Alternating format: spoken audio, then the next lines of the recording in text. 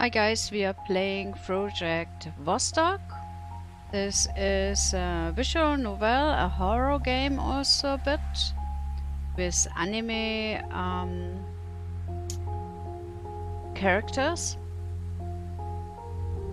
Let's just hop in and see if we like it.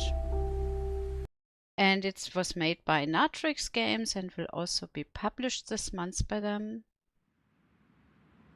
Beer, hang on. It's not an option going any further. Sari's voice sounded confident this time, so Beer made his mind up to concede. I exhaled with relief. Beer is a great leader, but he sure gets carried away sometimes. He is the kind of person who hates to admit his wrongs. If not Sergi, then perhaps Beer would have led us to certain deaths. By now, with the inability to step back. Funnily enough, death no longer seems to be something that only happens to others, but even now I don't regret joining the club. Not for a single moment. I did, however, hesitate before. Alpinism was not my thing. I thought it is rather something difficult and dangerous. In the end, though, the so-called fragile masculinity took over everything. It would always take its toll, making me want to prove myself worthy of being called a real man. It gave me lots of doubts. My insecurities took their roots from it, but at the same time it became a source of motivation. This never-ending struggle ran through my life the golden threads. Perhaps rather I should say, it pierced my life like a spear of Mars. This is me beating up a guy from my neighborhood who was pulling my leg in front of others. This is me again running away like a coward after seeing him bleeding. This is me, an ordinary boy at school who pulls the pigtail of a girl he likes. She, of course, then complains to the teacher, asking her to sit her away from me. That's how I understood the absurdity of showing affection, though through violence. This is me, the bystander of bullying of a poor boy from another class. I'm not involved, I am just trying to keep up with the rest. This is me talking trash about female classmates in a friendly group conversation. Among those girls, there is my first love, but I talk about her too, so as not to seem like a loser in love. However, I'm a loser who fell head over heels in love. So later I burn with shame, thinking of what I said back there. This is me getting totally wasted at prom and waking up literally choking from my vomit in the morning and hating myself afterwards. This is me, an army newbie passing through hazing rituals of the deeds. I take a hit and play a tough guy. I'm not a coward. It doesn't hurt me. This is me, now I am dead myself and I am bullying newbies. I'm not too harsh, but I still bully them, just because that's the way things are. It's me bringing a girl over to my place after nightclub. She is not my type, but I'm still happy. I look at her and I can't wait for it. Not for sex though, but for how I will brag about it to my colleagues at work. Finally, this is me sitting on my computer in a rented apartment. I have no hobbies, no friends, and no girlfriend.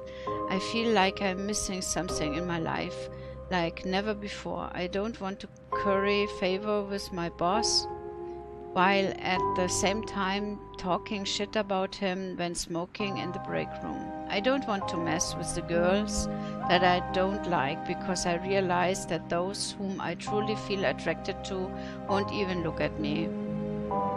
I'm somehow capable captivated by the post that slipped into my feed, where there is a photo of my former fellow soldier that he took in the mountains. I do not believe in fate, omens, or mystical coincidences, but the post found me exactly at the right time. I go to my friend's profile determined to find the group he followed, the Alpinists community. With great effort, I sign up for the first meeting. Wow, that is a lot of text in the beginning. Showing up there, I started to realize that it was not only about mountaineering. I was quickly to perceive that I had joined a fellowship. I know that each of these 6, though athletic and brutal men, are already ready to have each other's back and support one another in hardship. The club doesn't accept everyone, but I was lucky. Unlike everyone there, I am a bit timid, unathletic, and somewhat soft. However, I was told that I was capable by the head of the club, a 2-meter tall man named Beer. This faith in me served as a motivation. I'm quitting smoking, starting to eat healthy, working out in the morning, and attend the gym. After some time, I come to the climbing wall and I manage it with surprising ease. Then the first rock climbing in nature. I have trouble breathing, but Beer and the others train me on how to hold my breath, and I'm starting to get better. I can't wait to finally choke the hike. However, they assume I'm not ready yet. And then one day I get called from Beer. He invites me to conquer Hüsel Tiger, and of course I accept the invitation. We climb it in the group of 6. Then the day I found myself standing at the top changes my entire life. My fragile masculinity is slowly stepping back. I no longer look for approval in that regard. My boss, the biggest asshole, he is no longer the authority for me. Those office rats do not get it. I am not on their level. I am conquering mountains. Sometimes I associate myself with John Locke from the series Lost. I and the guys from the club even had an idea to arrange a boar hunt. We will set up a camp. We won't be able to use a tent, so we'll dig a hole and jump into it with our sleeping bags. Sergei and I nodded and got down to business. I was a little scared at first, but it was reassuring seeing others' confidence. I knew this wasn't the first time they had to survive a blizzard.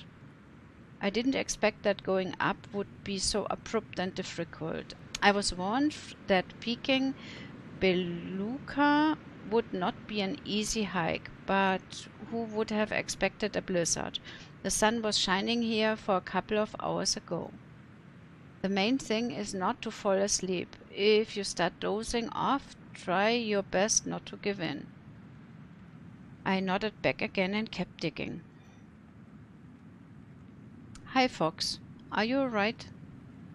After I had joined the club, I got the nickname Fox, most definitely because of my red hair.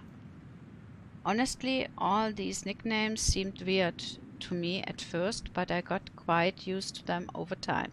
Now I even can't immediately recall the real name of Bear, which is Leoka. That's because his nickname fits him the most. Yeah, I'm okay, Sergei, don't worry. He showed me the thumbs up and went back to digging the hole. After a while, Sergei spoke again. Did you guys see that? Sergei pointed at someone, and I saw a shape approaching us. Because of the bad visibility, I noticed a person walking towards us only when he was close enough. Who is it?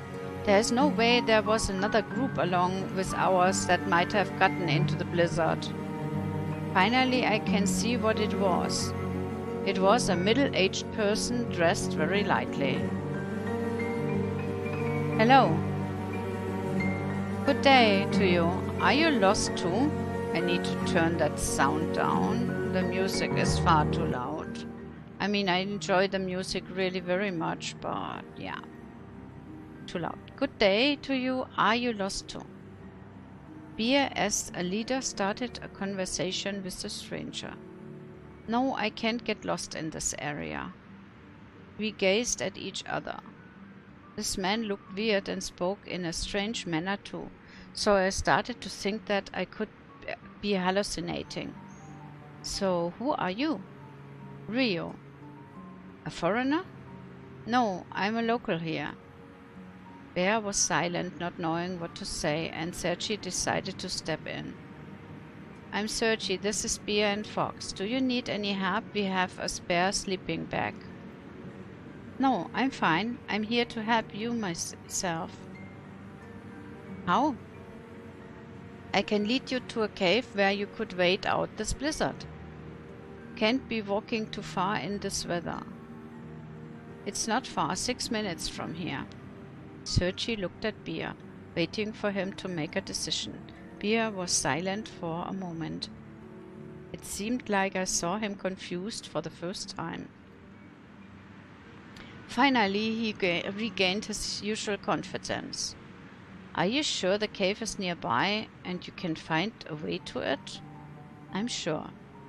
Then let's go. Let's divide into groups. Fox and I will follow you two. We started moving.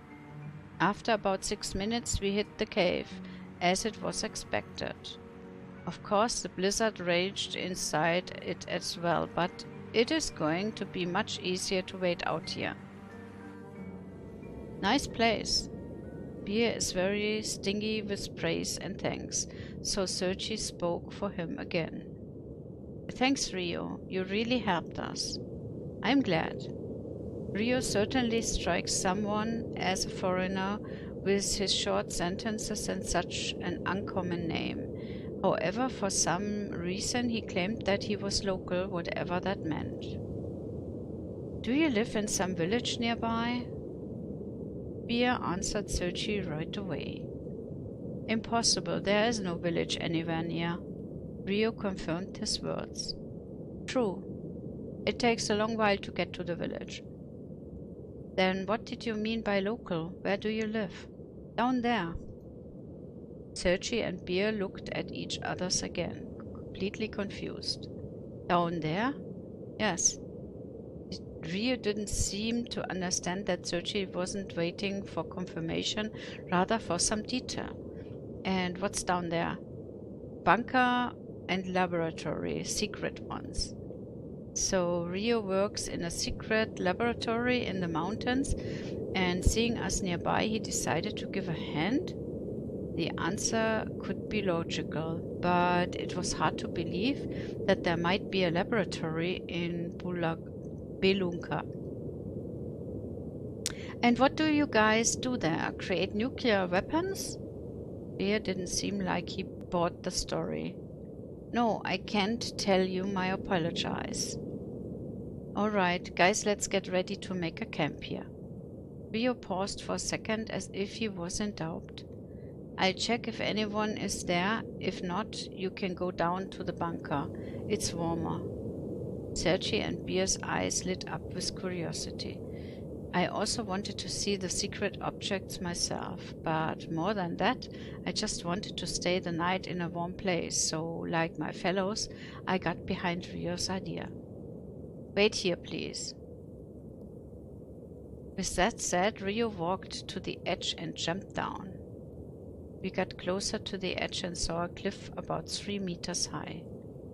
That was slick. Rio bounce was so natural and easy that Beer himself was left quite impressed by it. Wait there. After repeating his instructions one more time, Rio vanished into the darkness. Strange story, huh? Guys, are you sure this isn't a dream? I don't think so. What if we knocked out in the snow and now we are seeing things? Hit me. I stood up, conflicting, not knowing how to hit Bear. Sergi has quickly picked up on my confusion and came to the rescue, hitting Bear hard on the shoulder. Bear didn't move an inch, but only rubbed his shoulder thoughtfully. So it's not a dream, huh? Did you see what he was wearing? Yeah, he's got a screw loose. That's probably why he doesn't dress for the weather. Screw loose means, now I get it. He's a bit crazy. I don't know. He didn't seem, we have, by the way, we have in Germany the same saying. I don't know. He didn't seem to be cold, but you might be right about him. He acts peculiar and talks weird too. Did you see his hair and eyes? He has very fair hair, but not similar to Sergi's. Yes, and his eyes were purple. Must be an albino. How did I not know it? Of course, Rio was an albino. It's unusual, but not as near as a secret laboratory in Belunga. Do you think this bunker even exists? God knows. At least there is a tunnel in this cave that must be leading somewhere. It ran through my head. What if nothing good awaits us there? What if they kill us or experiment on our bodies? I tried my best to hide my fear. It would be too cowardly. Nevertheless, the blizzard seemed far more dangerous than any bunker that might or might not be real. We just sat some time and talked about stuff. It was getting clear that Rio would not come back, so we got our sleeping bags out. Hey, he showed up right at that moment. Let's go. Rio was a man of few words. His phrases were peculiar, but he spoke clearly with no accent. It was very unusual. We put our sleeping bags in and followed him. Beer went first. He walked to the edge and jumped off after Rio. He didn't manage to land so softly. He got to his feet, mumbling and cursing. Sergi went after him. He appeared more cautious and didn't jump right away. Instead, he carefully touched the ledge with his foot and deftly went down the wall. Sometimes Sergi was so vicious and moved so graceful that it was hard to believe that he was about to become a sexagenarian. I quickly adopted his technique. Come here. Rio walked to the tunnel and we rushed after him. Soon the tunnel turned into a hall and finally Rio stopped and set the light with the flick of a switch. Okay, so that's the bunker. We looked around surprised, not believing our eyes that we really ended up in an underground bunker. I felt like we were in some kind of post-apocalyptic movie. Warning, please pay attention. Externals are not allowed to be here. You need to be undetected. You can spend the night here, but you must leave immediately when the blizzard ends tomorrow morning. There are 3 doors in here. One, the left, there is a large room, not in use. You will spend the night in it. One, the right, a small room used as a storage area. There is some food in there you can eat right now, but go straight to the large room afterwards. Behind the third door there is the rest of the hall and there is a toilet. You can go there, but I have to escort you there. Then I'll close the door. Did you understand? Rio had a peculiar language, using uncommon words like an external, but we all got what he was saying. Thanks, man. Motherland won't forget you. Beer patted Rio on the shoulder as a friendly gesture, but he trembled with fear. Beer probably terrifies him a little, like he did terrify me when I first met him. Please. It's not for the motherland. I just wanted to help out. Rio is full of surprises. Doesn't he get such common expressions? Let's go eat something, shall we? I'm kind of curious what they eat in secret bunkers these days. Dinner was amazing. Local canned food was unexpectedly tasty, and the bunker room was quite surprisingly rather cozy. We also shared with Rio the food that we had in our bags, and he had a taste with great pleasure. He particularly enjoyed the smoked sausage, so Sergi gave away the remaining half. Here, take it. It must be hard for you to live here in a bunker with no fresh meat. After we've had dinner, we went to the toilet turn by turn. I went first, and when I came back, I went straight to the room. Then I took out the sleeping bag and passed out right after I got in it. I didn't have much luck in getting a nice sleep, though. I woke up from someone shaking me in my shoulders. I opened my eyes. It was pitch dark. I barely recognized Rio's face. What the fuck do you want? I guess that was too rude, but I truly hate being woken up in the middle of the night, especially in this way. We have problems. It's serious. Rio looked very brittle. My anger was slowly being replaced by anxiety. Calm down, okay? What happened? Rio took a deep breath and was barely able to cool down. Your friends got up at night. I don't know why. Maybe they couldn't sleep. They went to the warehouse. They sat there. They talked. I was sleeping, but I heard them. I didn't want to disturb them. Then I fell asleep. I woke up because I heard my sister's voice. Does your sister live here? Does your whole family work here too? Yes, you could say that, but it doesn't matter. Then what does? That they were with her in the room. I felt calmer. I guess I know what's going on. Are you worried about your sister? Look, there is no need to. I know my friends aren't necessarily very courteous. Bear is a scary-looking guy himself, but they wouldn't hurt a fly. They wouldn't have done anything to you. You don't understand. Not them. She. To them. I stared at Rio, trying to understand what he meant by saying that.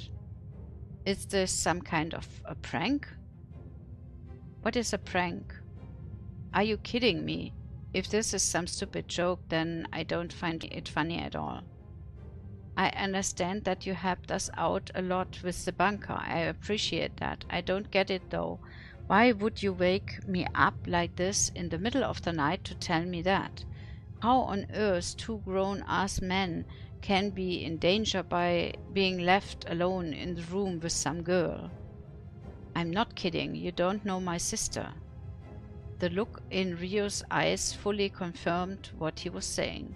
He wasn't joking. I could see the fear on his face. Either this guy is crazy or Sergi and Bea really are in danger. Actually, one didn't rule out the other. I remembered my hunches about mad scientists doing creepy experiments there. So what are we waiting for? Let's go rescue them. No, it's too late. I heard the screams a little earlier and then silence. We can only save you now. Let's go to the exit before anybody... Rio kept saying something, but I wasn't listening to him anymore. I grabbed an ice axe from my backpack as I ran into the hall. The first thing I saw, a puddle of blood, apparently leaking out between the door and floor gap. At first I doubted the real level of the threat and hoped for the best, but now I fully realized how fucked up this is. I tried to open the door, but it didn't budge. Then I started slamming it. Open up! If you did something to my friends, I'll kill you. I don't care who you are. I'll kill you all. For some reason, I wasn't afraid. I was ready to fight anyone. There was one thing in my head. If Bear and Sergi are alive, then I must save them. If not, I shall take revenge. What are you doing? Shut up! Stop yelling. They will hear us. They'll kill you. Maybe me too. I don't care. There's no luck breaking the door by hand, so I started hitting it with my ice pick. They've been murdered. Do you understand? They can't be saved. That's it. Go. Escape. Enough. Enough. Rio kept screaming, but I ignored him in attempt to open the door. Suddenly I heard another voice. Hands up and turning your back on me, boys. I saw an old man in the darkness when I looked towards the voice. He had a gun in his hands. Are you deaf or something? Turn your back on me. Rio complied with his words. I did too. After a bit of thinking, if I refuse to do it, he will shoot me right now. I won't save anyone and I won't take my revenge.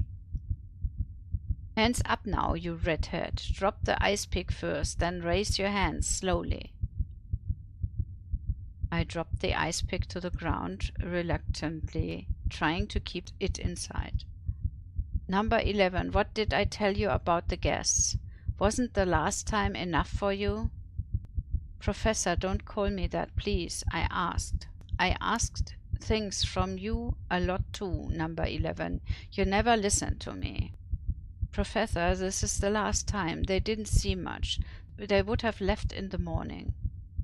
Then what's that pool of blood on the floor, huh? That's number 13. She messed up again, as usual. I'll talk to her personally, but you're the one to blame in the first place. What's not clear about the no guest rule? This won't happen again, I apologize. Let me go, please. Are you dumb? I don't understand. How can I let him go after he has seen everything? He won't tell anyone, right, Fox? From the voice of the old man, I knew that he was not going to let me go. Running away from here wasn't part of my plan, but I still decided to play along with Rio. Yes, I swear not to tell anyone. The professor burst into laughter. Am I supposed to trust you? I never trust busters like you. The next thing I know, you are running to report stuff to the Militizia and media. Sorry. While he was speaking, I was able to estimate the distance between us. It would take one successful jump to defeat him. It's most likely that he will shoot, but if any luck, I may have the momentum to grab the gun earlier. I may not be able to grab my ice axe, but this shouldn't be a problem. Even though the professor doesn't seem too old, he has no chance in hand-to-hand combat with me. After a bit of thinking, I turned around and jumped. Oops. The first thing I saw when I turned around was the confusion in the face of the professor. Then I focused my eyes on the gun and later I realized why he was confused. His fingers were off the trigger.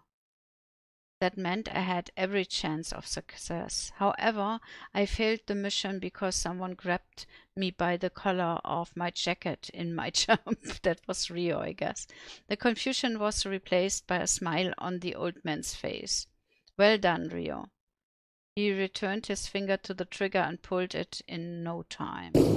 Oh, God. Is he dead now?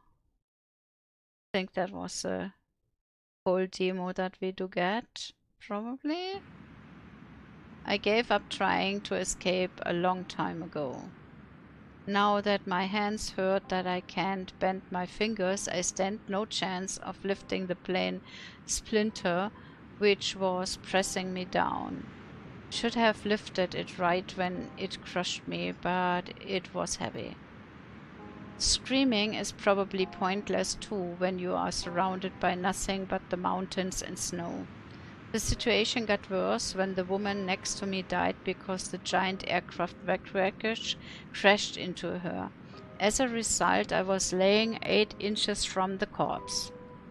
I didn't care about her at first. My indifference was even shocking to me. But then I might have just been the It might have just been the adrenaline rush that kept me distracted. I knew that because after some time, reality hit me like tons of bricks. I tried not to look, but I still unwittingly glanced at her direction from time to time. I helped her toss her suitcase into the overhead locker on the plane. Before taking my seat, I remember her face. It was a woman about 50 years of age.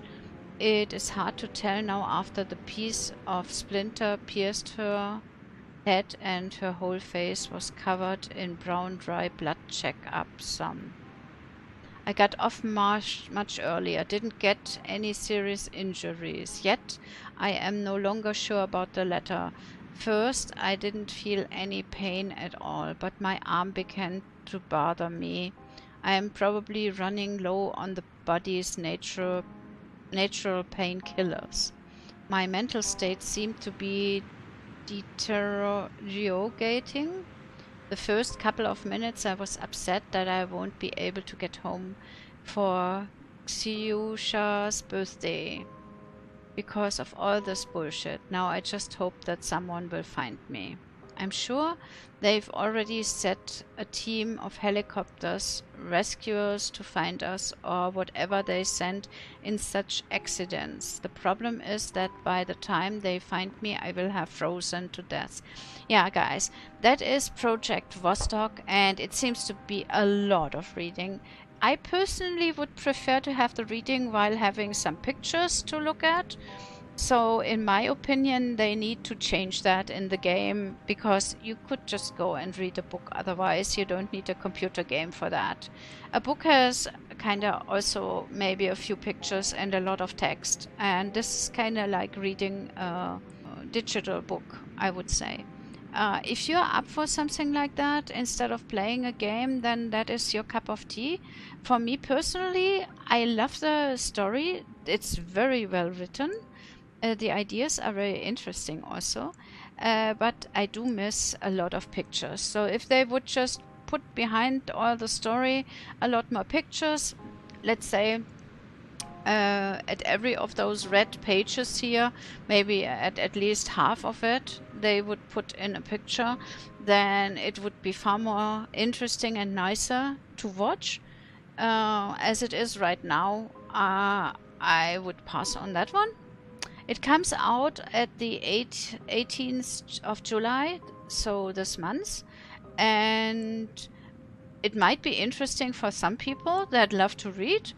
And if you want to see more indie games like that, and of course also different ones where more happens on the screen, subscribe please to my channel, and I see you then at the next one. Bye bye!